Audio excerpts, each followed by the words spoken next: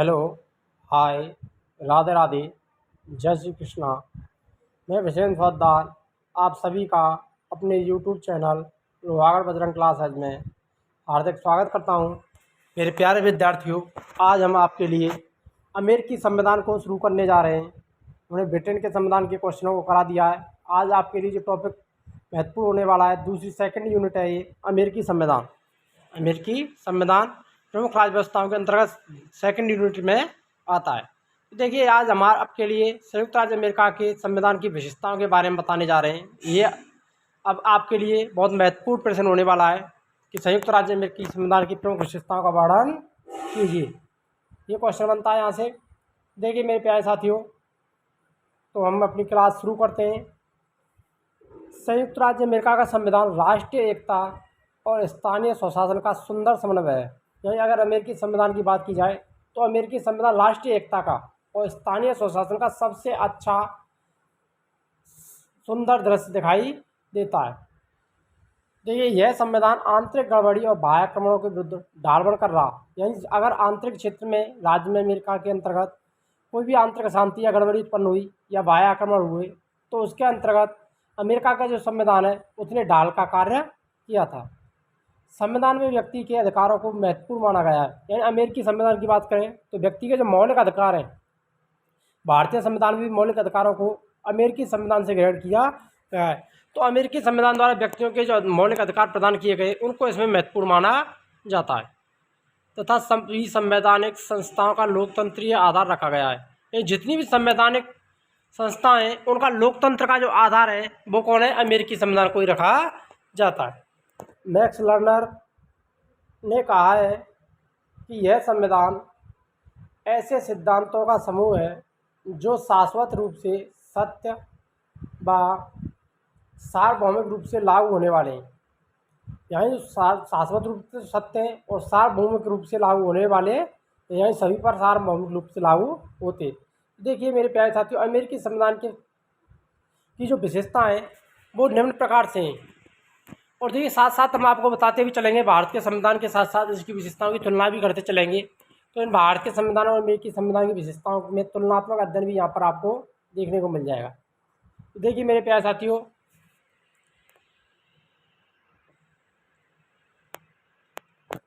पहली विशेषता है अमेरिकी संविधान की लिखित तथा संक्षिप्त संविधान। यानी अमेरिका का संविधान विश्व का सबसे बड़ा, सबसे पहला लिखित और सबसे छोटा संविधान है। यह सबसे संक्षिप्त संविधान माना जाता है।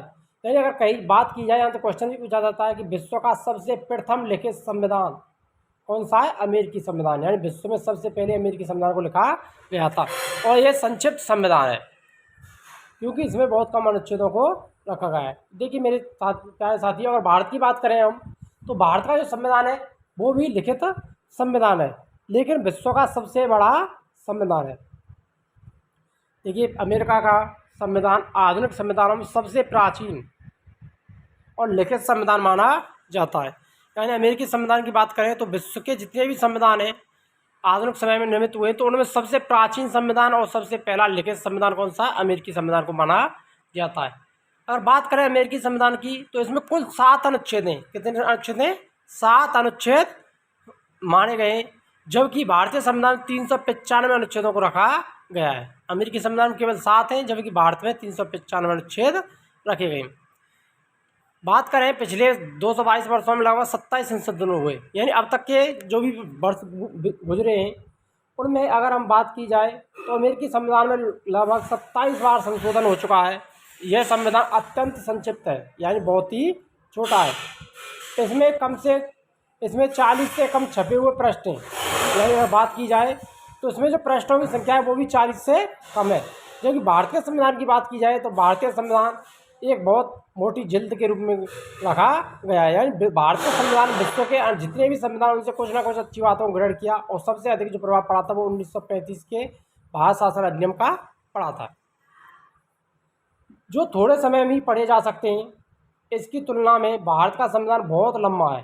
यानी भारत के संविधान की बात करें तो कैसा है? बहुत विस्तृत संविधान माना जाता है, जबकि अमेरिकी संविधान कैसा है? संक्षिप्त है। जापान के संविधान में 103 अनुच्छेद हैं। जापान के संविधान में कितने अनुच्छेद रखे गए? 103। लॉर्ड ब्राइस के अनुसार अमेरिका का संविधान सब काट छांट के बाद भी संसार के समस्त संविधानों में सर्वश्रेष्ठ माना जाता है। यही अमेरिकी संविधान में अगर काट छांटी भी की जाए तो भी विश्व के जितने भी संविधानों में सबसे सर्वश्रेष्ठ संविधान कौन सा है? अमेरिकी संविधान। दूसरी विशेषता देखिए मेरे प्यारे साथियों, दूसरी विशेषता है लौकिक प्रभुसत्ता में विश्वास। यानी अमेरिकी जो संविधान है वो लौकिक प्रभुसत्ता में विश्वास करता है, यानी जनता की जो प्रभुसत्ता होती है, लोकतंत्र होता है, उसमें विश्वास करता है।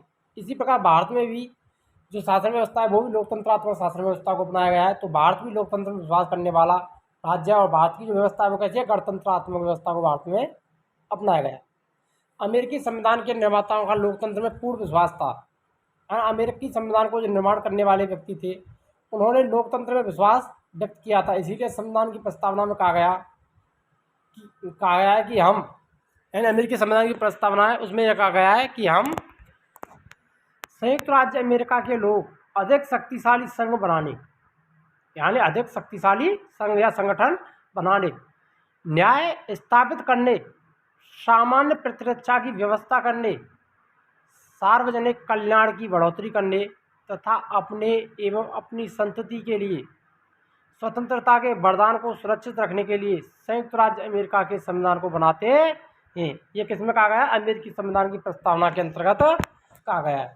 ऐसे ही भारत में कहा गया है कि भारत के लिए भारत को एक संपूर्ण प्रभुत्व संपन्न समाजवादी पंथनिरपेक्ष लोकतांत्रिक गणराज्य बनाने के लिए, तो ये परिभाषा इसी प्रकार से संघ बनाने की जो बात की गई है वो कहाँ से की गई है? अमेरिकी संविधान में की गई है। देखिए आगे देखते हैं। इस प्रकार अमेरिका के संविधान में जनता की प्रभुसत्ता को स्पष्ट रूप से स्वीकार किया गया है, यानी लोकतंत्र में इसने विश्वास किया है। इस संविधान का आधार जनसत्ता है, यानी जनता की सत्ता को इस संविधान का आधार माना जा सकता है। अमेरिकी संविधान का राज्य की अंतिम शक्ति जनता के हाथों में ही होती है, यानी अमेरिकी संविधान की बात की जाए तो अंतिम जो शक्ति है वो किसके हाथ में? जनता के हाथों में।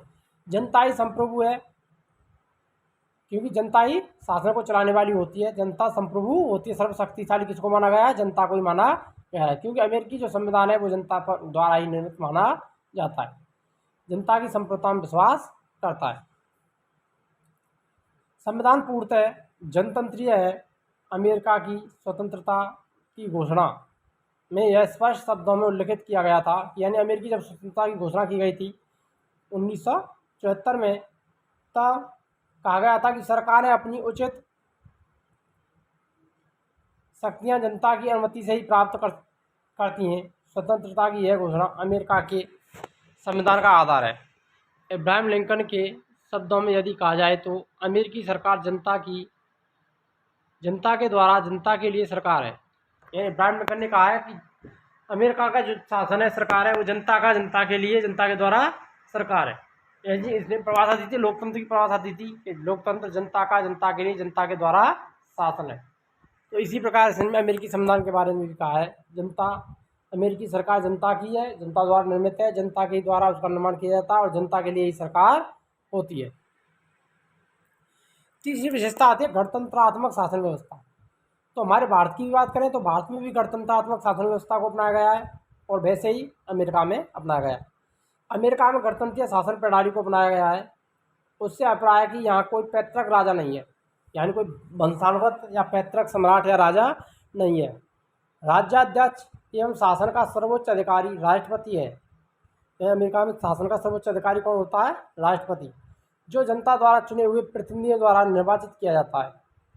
इसी प्रकार राज्यों के शासनाध्यक्ष गवर्नर भी निर्वाचित एवं वंशानुगत होते हैं। राज्यों के शासनाध्यक्ष होते हैं यानी गवर्नर होते हैं, जिनको कहते हैं राज्यपाल कहते हैं भारत में, तो वो भी जनता के द्वारा निर्वाचित और वंशानुगत नहीं होते हैं, यानी जनता द्वारा निर्वाचित होते हैं, ना कि वंशानुगत। जब की भारत की बात करें तो भारत में राष्ट्रपति का जो निर्वाचन है वो जनता द्वारा चुने गए प्रतिनिधियों से होता है, लेकिन राज्यपालों की नियुक्ति करते समय राष्ट्रपति ही उनकी नियुक्ति करता है, ना कि जनता। बस वहाँ राज्यों के जो शासन है, अमेरिकी संविधान में राज्यों का और केंद्र का दोनों के लिए अलग व्यवस्था को अपनाया गया है, यानी दो ही नागरिकता का प्रावधान किया गया है। राज्य की नागरिकता अलग होती है और केंद्र की नागरिकता अलग होती है। चौथी विशेषता देखिए, संविधान की सर्वोच्चता। यानी बात करें तो अमेरिका में यानी जो संविधान है उसको सर्वोच्च माना गया है। और भारत में भी संविधान की सर्वोच्चता को स्वीकार किया गया है। अमेरिका में संविधान सर्वोच्च कानून है, यानी अमेरिका में क्या है, संविधान द्वारा जो भी कानून निर्मित हैं वही सर्वोच्च माने जाते हैं। और राष्ट्रपति, कांग्रेस तथा सर्वोच्च न्यायालय सभी संविधान के अधीन माने गए। अमेरिका के संविधान के अनुच्छेद 6 में कहा गया है, यही अमेरिकी संविधान का अनुच्छेद 6 क्या कहता है, देखिए, यह संविधान और इसके अनुसार बनाए हुए सभी कानून तथा संयुक्त राज्य अमेरिका के प्राधिकार के अधीन की हुई सभी संधियां जो भविष्य में की जाएंगी देश का सर्वोच्च कानून होगा और प्रत्येक राज्य में न्यायाधीश उससे बाध्य होंगे, यानी न्यायाधीश उससे बंधे हुए होंगे। तो अमेरिका में भी न्यायपालिका की स्वतंत्रता में विश्वास किया गया और भारत में भी न्यायपालिका को स्वतंत्र रखा गया है। तो वो किस में विश्वास करते हैं, संविधान की सर्वोच्चता में विश्वास करते हैं। अब आता है कठोर संविधान। अमेरिकी संविधान कैसा है, सबसे कठोर संविधान माना जाता है क्योंकि इसमें आसानी से संशोधन नहीं हो सकते। यानी कठोर संविधान कौन सा होता है, ऐसा संविधान जिसमें आसानी से संशोधन नहीं किया जा सके, संशोधन करने की कठिन प्रक्रिया अपनाई जाती हो।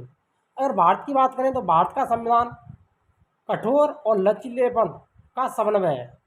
ना तो भारत का संविधान ज़्यादा कठोर है और ना ही ज़्यादा लचीला है, बल्कि दोनों के मध्य का समन्वय माना जाता है। देखिए, अमेरिका का संविधान अत्यंत कठोर है क्योंकि इसमें संशोधन की विधि अत्यंत जटिल है। अमेरिकी संविधान में जो संशोधन की विधि अपनाई गई है वो बहुत ही कठिन प्रक्रिया को अपनाया गया है। 222 वर्षों के लंबे काल में लगभग 27 संशोधन हुए। अमेरिकी संविधान में अब तक बात की जाए तो कितने संशोधन हुए, मात्र 27 हुए। और भारत के संविधान की बात करें तो भारत के संविधान में वर्तमान तक 105 संशोधन हो चुके हैं, जबकि विधेयक, संविधान संशोधन संबंधी विधेयक लगभग 135 के लगे डगे आ चुके हैं। और संशोधनों की बात करें तो 105 संशोधन हो चुके हैं भारत के संविधान में। तो जबकि उसके मुताबिक अमेरिकी जो संविधान है उसमें बहुत ही कम संशोधन हुए। अमेरिका के संविधान में संशोधन की विधि यह है कि अमेरिका के दोनों सदन 2/3 बहुमत से संशोधन के प्रस्ताव पास करते हैं। यानी अगर संविधान में संशोधन किया जाए तो अमेरिका के दोनों सदनों द्वारा 2/3 बहुमत से संशोधन प्रस्ताव पास करना चाहिए और राज्यों के 3/4 विधानमंडल उसका समर्थन करें तो ही उसमें संविधान संशोधन हो सकता है। जबकि भारत में बात की जाए तो भारत में संसद के दोनों सदनों द्वारा स्वीकृति, यानी भारत की जो विधि है संशोधन की, वो क्या है, 3 प्रकार से पढ़ाई गई: साधारण संशोधन, विशेष संशोधन और विशिष्ट संशोधन। देखिए, आगे देखते हैं। अमेरिका के संविधान में संशोधन की दूसरी विधि यह है कि 2/3 राज्यों के विधानमंडल कांग्रेस से संशोधन की प्रार्थना करें। यानी अगर 2/3 जो राज्य हैं अमेरिका के, उनके जो विधानमंडल है वो कांग्रेस से संशोधन करने की प्रार्थना करें। ऐसी प्रार्थना होने पर कांग्रेस एक कन्वेंशन बुलाएगी, यानी अपनी एक संयुक्त बैठक बुलाती है। यह कन्वेंशन संविधान में एक संशोधन प्रस्ताव करेगी, यानी क्या करेगी, संविधान में संशोधन प्रस्ताव को पास करेगी। यदि यह प्रस्ताव 3/4 राज्यों में कन्वेंशन द्वारा स्वीकृत कर लिया जाता है तो संविधान में संशोधन किया जाएगा। यानी अमेरिकी संविधान में संशोधन केवल 2 ही प्रक्रिया अपनाई गई है। क्योंकि दूसरा तरीका अधिक जटिल है, इसीलिए 21वें संविधान संशोधन को छोड़कर शेष सभी संशोधनों के लिए पहला ही तरीका अपनाया गया है। विशेषता की तो संघात्मक शासन प्रणाली, यानी अमेरिकी संविधान में भी संघात्मक शासन व्यवस्था को अपनाया गया है, संघीय शासन व्यवस्था को अपनाया गया है, संघात्मक शासन प्रणाली अपनाई गई है। भारत में भी संघात्मक शासन व्यवस्था, संघीय शासन प्रणाली को अपनाया गया है। अमेरिका में संघात्मक शासन प्रणाली है। संघात्मक शासन में मुख्य रूप से 3 तत्व होते हैं। कितने तत्व होते हैं संघात्मक शासन में? 3। यानी जो शक्तियों का विभाजन होता है वो 3 प्रकार से भारत में भी किया गया है। इसी प्रकार अमेरिका में भी जो शासन है उसमें मुख्य रूप से शासन को 3 भागों में बांटा गया है। लिखित संविधान, यानी अमेरिकी संविधान कैसा है? लिखित संविधान है। दूसरा, शक्तियों का विभाजन, यानी भारत का संविधान भी लिखित है, भारत में भी शक्तियों का विभाजन किया गया है, अर्थात केंद्र और राज्यों की सरकारों के मध्य शक्ति विभाजन, यानी केंद्र और राज्य के मध्य शक्तियों का विभाजन। और एक आता है एक स्वतंत्र और निष्पक्ष न्यायपालिका। तो ये संघात्मक शासन के 3 तत्व अपनाए गए। यही तीनों तत्व भारत में भी हैं, क्योंकि भारत का संविधान भी लिखित है, शक्ति विभाजन भी किया गया है और भारत की जो न्यायपालिका वो भी क्या है? स्वतंत्र और निष्पक्ष रखी गई है। अमेरिका में इस समय 50 राज्य हैं। अमेरिकी संविधान में कितने राज्य हैं? 50 राज्य हैं। इन राज्यों की न केवल अलग अलग सरकारें हैं बल्कि अलग अलग संविधान भी हैं। यानी अमेरिका में कितने राज्य हैं? कुल 50, और इनकी सभी की अलग अलग सरकार और अलग अलग संविधान भी रखा गया है। जबकि भारत का बात करें तो भारत का एक ही संविधान है, राज्यों के लिए कोई अलग से संविधान नहीं है, संपूर्ण देश के लिए एक ही संविधान को अपनाया गया है। संघात्मकता को और अधिक सुदृढ़ करने के लिए संघीय संविधान में संशोधन करने की शक्ति भी राज्यों में है। यानी अमेरिका में क्या है, संविधान में संघीय जो संशोधन करना है उसकी शक्ति भी राज्यों को प्रदान की गई है, जबकि भारत में ऐसा नहीं है, बल्कि भारत में क्या है, उनका सहयोग आवश्यकता पड़ने पर संघीय सरकारों की सलाह भी ली जाती है।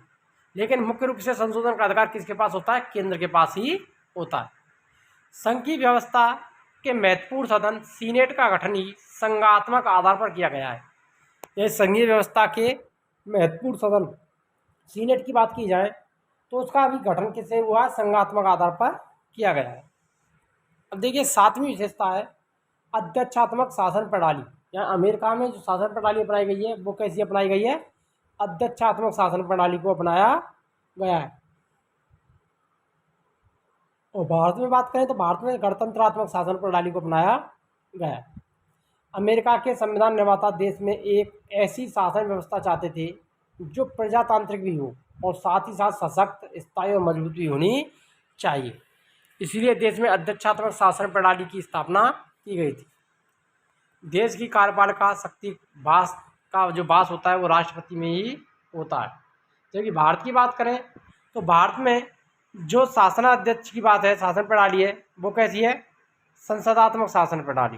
कैसी है, संसदात्मक शासन प्रणाली को अपनाया गया, ना कि अध्यक्षात्मक शासन प्रणाली को। क्योंकि भारत में जो राष्ट्रपति होता है वो केवल नाम मात्र का प्रधान होता है, सभी कार्य उसके नाम पर अवश्य किए जाते हैं, लेकिन उसकी जो शक्तियों का वास्तविक प्रयोग करती है वो कौन करती है, मंत्रिमंडल और कार्यपालिका करती है। जबकि अमेरिकी संविधान में क्या है, जो शक्तियों का जो वास्तविक शक्तियाँ होती है वो किसके पास होती है, अध्यक्ष यानी राष्ट्रपति के पास में ही होती है। साथ ही यह व्यवस्था भी की गई है कि वह कांग्रेस संसद के प्रति उत्तरदायी नहीं है। यानी अमेरिका का जो राष्ट्रपति है या अध्यक्ष है, जो कार्यपालिका शक्ति है, तो उसकी जो शक्ति है वो किसमें होती है, राष्ट्रपति में, और वो संसद के प्रति उत्तरदायी नहीं होती है। कांग्रेस अविश्वास के प्रस्ताव द्वारा राष्ट्रपति को पद मुक्त नहीं कर सकती। यानी अगर कांग्रेस चाहे, अमेरिकी जो कांग्रेस है, संसद है, वो चाहे कि अविश्वास प्रस्ताव द्वारा राष्ट्रपति को पद से हटा दे, ऐसा नहीं है। जबकि भारत में अगर संसद चाहे तो राष्ट्रपति को पद मुक्त कर सकती है। राष्ट्रपति 4 वर्ष के लिए चुना जाता है। यह ध्यान रखने की बात है कि अमेरिकी जो संविधान है उसमें राष्ट्रपति का जो कार्यकाल है वो कितने वर्ष के लिए होता है, 4 वर्ष, और भारत में कितना वर्ष होता है, 5 वर्ष। इन 4 वर्षों में महाभियोग के अतिरिक्त उसे पद से नहीं हटाया जा सकता। तो महाभियोग की प्रक्रिया भारत में भी अपनाई जाती है हटाने के लिए, और वही प्रक्रिया अमेरिकी संविधान में भी है। उसी के नाम से देश का शासन चलाया जाता है, वही वास्तव में शासन चलाता भी है। ये नाम तो क्या होता है, भारत में अगर बात की जाए तो राष्ट्रपति के नाम से शासन चलता है, लेकिन उसकी शक्तियों का प्रयोग कौन करती है, कार्यपालिका करती है। जबकि अमेरिकी संविधान में शासन का सर्वेसर्वा कौन होता है, वहाँ का शासनाध्यक्ष राष्ट्रपति ही होता है, और वही वास्तविक संप्रभु होता है। इस प्रकार राष्ट्रपति पद में राजा और प्रधानमंत्री दोनों की शक्तियों का समावेश होता है। यह अमेरिकी संविधान की बात की जाए तो उसमें राष्ट्रपति में जो पद है उसमें राजा और प्रधानमंत्री दोनों ही समाहित होते हैं, दोनों की शक्तियों का जोड़ होता है। और तथा कुशमैन के शब्दों में अधिकांश अमेरिकियों के लिए वही शासन का प्रतीक होता है, क्योंकि वही एक पूर्ण रूपेण अमेरिकी पदाधिकारी होता है। 8वीं विशेषता देखिए, न्यायिक सर्वोच्चता। यही सबसे ऊपर किसको रखा है, न्यायिक सर्वोच्चता को रखा गया है, न्यायपालिका को सर्वोच्च स्तर पर रखा गया है। ब्रिटेन में संसद सर्वोच्च होती है। ब्रिटेन की बात की जाए तो सर्वोच्च स्तर पर कौन है, संसद है। इसके विपरीत संयुक्त राज्य अमेरिका में न्यायिक सर्वोच्चता का सिद्धांत लागू किया गया है। यही सर्वोच्च स्तर पर कौन होगा, न्यायिक सर्वोच्चता, यही न्यायपालिका है वो सर्वोच्च लागू होती है, ना कि संसद। ब्रिटेन में संसद कोई भी कानून बना सकती है। यानी अगर बात की जाए ब्रिटेन की, तो ब्रिटेन में संसद द्वारा कोई भी कानून बनाया जा सकता है, वहाँ न्यायालय उसे अवैध घोषित नहीं कर सकते। जबकि अमेरिकी और भारत के संविधान की बात करें तो संसद द्वारा निर्मित कानूनों को न्यायपालिका द्वारा अवैध घोषित कर दिया जाता है, क्योंकि न्याय जो पुनरावलोकन की शक्ति दी गई है वो न्यायपालिका को प्रदान की गई है। वहाँ न्यायालय उन्हें अवैध घोषित नहीं कर सकते। परंतु संयुक्त राज्य अमेरिका में कांग्रेस अथवा राज्य व्यवस्थापकों द्वारा पास किए हुए कोई भी कानून जो संविधान के विरुद्ध हों, वहाँ के संघीय न्यायालय के द्वारा अवैध घोषित कर दिए जा सकते हैं।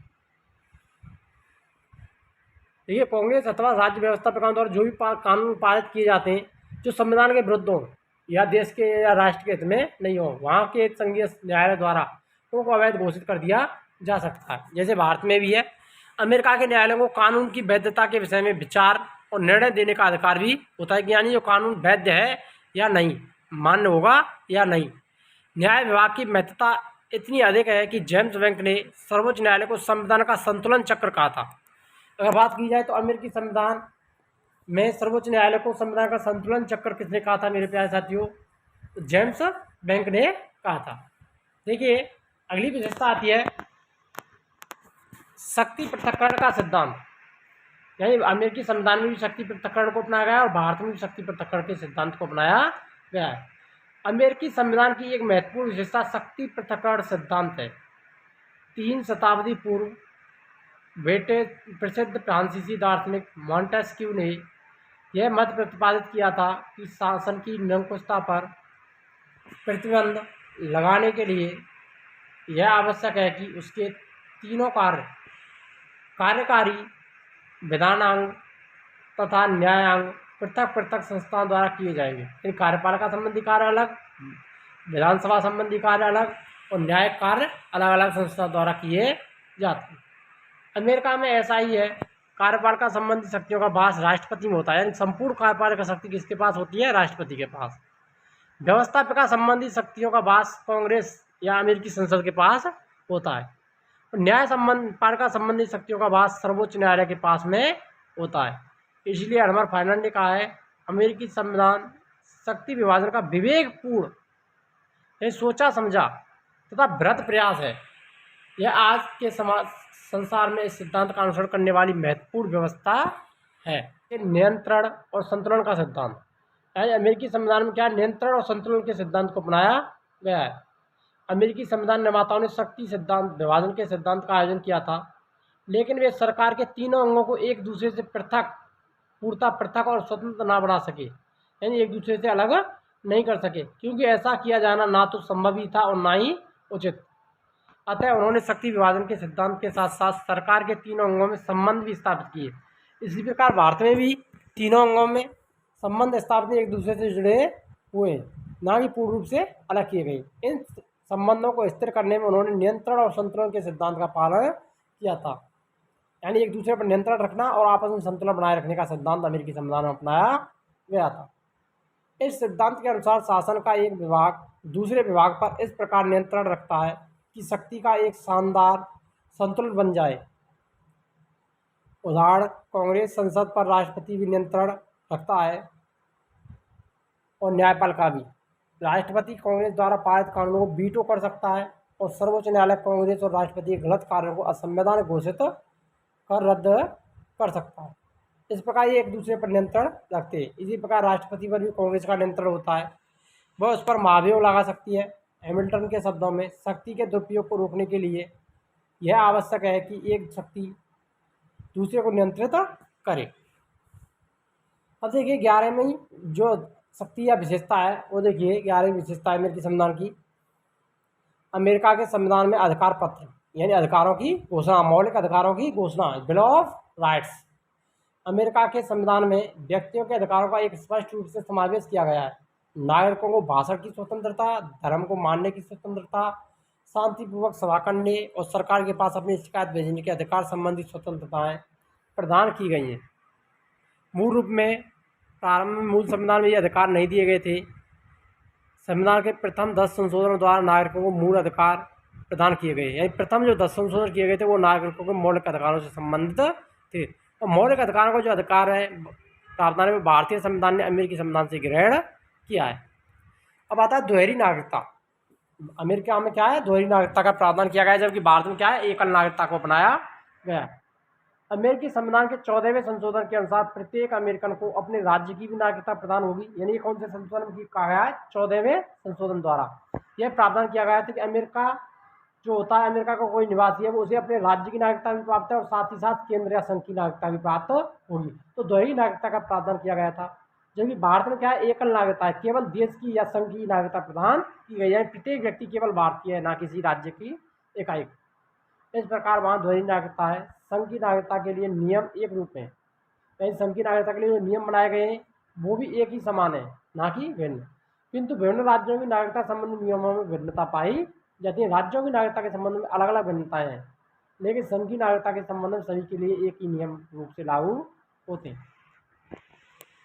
संयुक्त राज्य अमेरिका का संविधान, देखिए संयुक्त राज्य अमेरिका का संविधान आधुनिक युग का अनूठा संविधान है, यानी विश्व का सबसे अनूठा संविधान है या भिन्न संविधान है। अपनी संघीय व्यवस्था, नियंत्रण और संतुलन का सिद्धांत और शक्ति पृथक्करण का सिद्धांत, न्यायपालिका की सर्वोच्चता आदि विशेषताओं के कारण यह अत्यंत महत्वपूर्ण माना जाता है। सबसे बड़ी बात यह है कि धीरे धीरे परिवर्तित होकर, यानी धीरे धीरे इसने परिवर्तन करते हुए इसने अपने आप को बदलती हुई परिस्थितियों के पूरे अनुकूल बना लिया है या अनुकूल ढाल लिया है। ग्रिफिथ टेलर कहता है, लिखता है, इस कठोर संविधान ने व्यवहार में आश्चर्यजनक नमनीयता बताई है। एक व्यवहार, मानव का जो व्यवहार है उसमें आश्चर्यजनक नमनीयता को बताया है। मुनरो कहता है, यह संविधान सन 1789 का तिथि चिन्ह रखते हुए भी धीरे धीरे परिवर्तित और विकसित और नई परिस्थितियों के अनुकूल होता रहा है। लॉर्ड ब्रायस ने लिखा है, अमेरिका का संविधान काफ़ी काट छांट के पश्चात भी विश्व के सभी संविधानों में उत्तम है।